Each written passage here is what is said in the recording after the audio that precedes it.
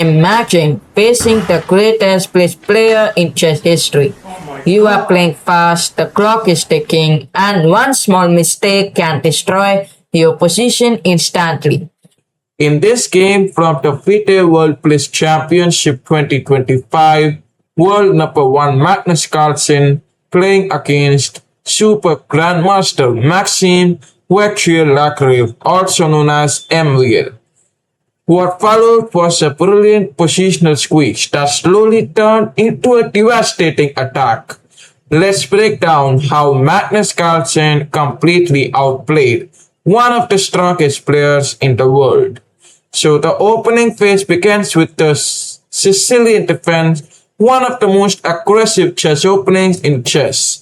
So comes knight f3, e6, knight c3, a6.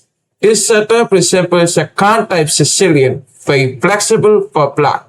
White plays d4, c take d4, queen take on d4. An interesting choice.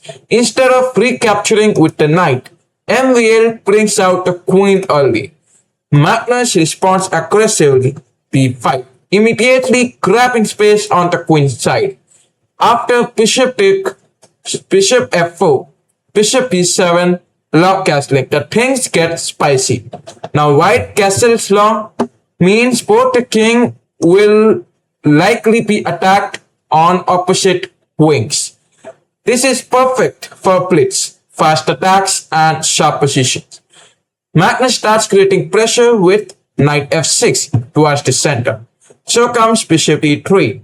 Knight c6 attacking the queen, queen e3, knight to b4. Magnus immediately starts harassing white's pieces. Notice something important here. Black is developing while gaining tempo on white's queen. After king b1, rook c8, Magnus places the rook on an open c file, preparing for future pressure. Then comes a key moment with a3, attacking the knight. Bishop comes to c5 and Magnus does not take the knight back. Instead, plays bishop to c5, means playing some attacking moves. Now Magnus is attacking the queen again. White retreats with queen e2, but Magnus strikes, knight take on d3. A powerful decision. Magnus trades off white's strong bishop and open lines towards the king. Now, after rook take d3, b4, boom, Magnus launches a pawn storm on the queen's side. The position explodes.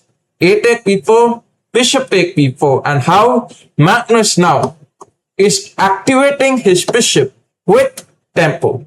White tries to consolidate with bishop e5. Castle. Now Magnus is playing one of the strongest moves after knight a2, a5, which is a mistake as per computer analysis. Well, he played this because Magnus, White's king is on the queen side and Magnus just wants to open the files.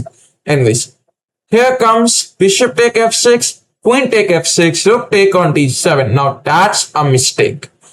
MVL grabs a pawn, but Magnus does not panic. Instead, he calmly improves his position.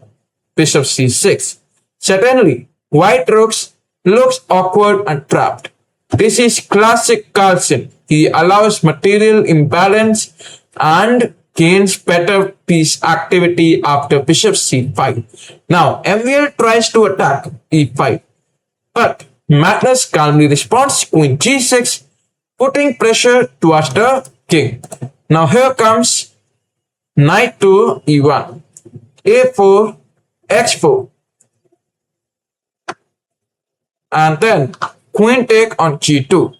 Magnus grabs a pawn near the king. The real idea is activity, piece activity which is getting improved.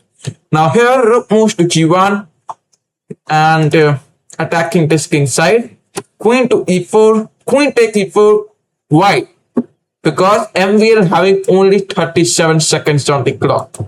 So queen comes off the board and Magnus suddenly has dominant rook, dominant bishops, and now the position is becoming technically endgame.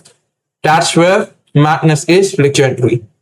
Now Magnus activates all his pieces with rook c4 and then rook to c8. Now he double the rooks, he is attacking this, and his opponent continues with c3 followed by rook to d8. Now he is trying to attack this knight, over pressurized.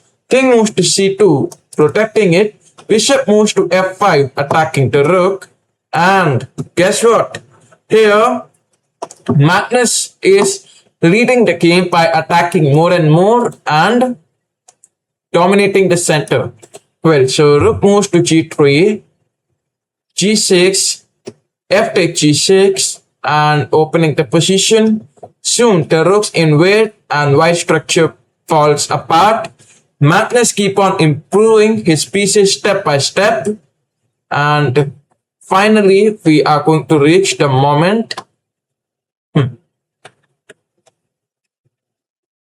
King to e2.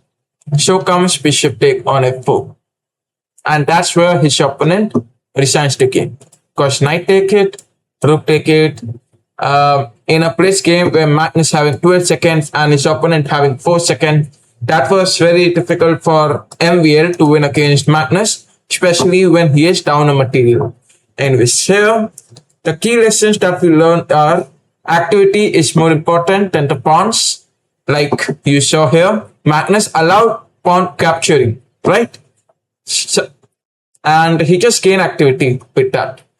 Anyways, now, for example, in this position, about the capturing, activity is more important than capturing the pawns and converting advantages slowly. Now here, Magnus did not rush. He played bishop c6. He slowly played the developing moves, then went to attack, right? So within time, he just improved his position and attacked the side where the king is castled. For example, this. For example, we can also see how Magnus managed to attack towards the castled king in the opening phase, and also right now, he over-pressurized the attack towards the knight by countering white mistake. Well, if you enjoyed this breakdown of Magnus Carlsen versus Vacchier, make sure to like the video and subscribe to the Kings of Chess and comment below. Do you think anyone can challenge Magnus in Blitz? Well, I'll see you in the next video.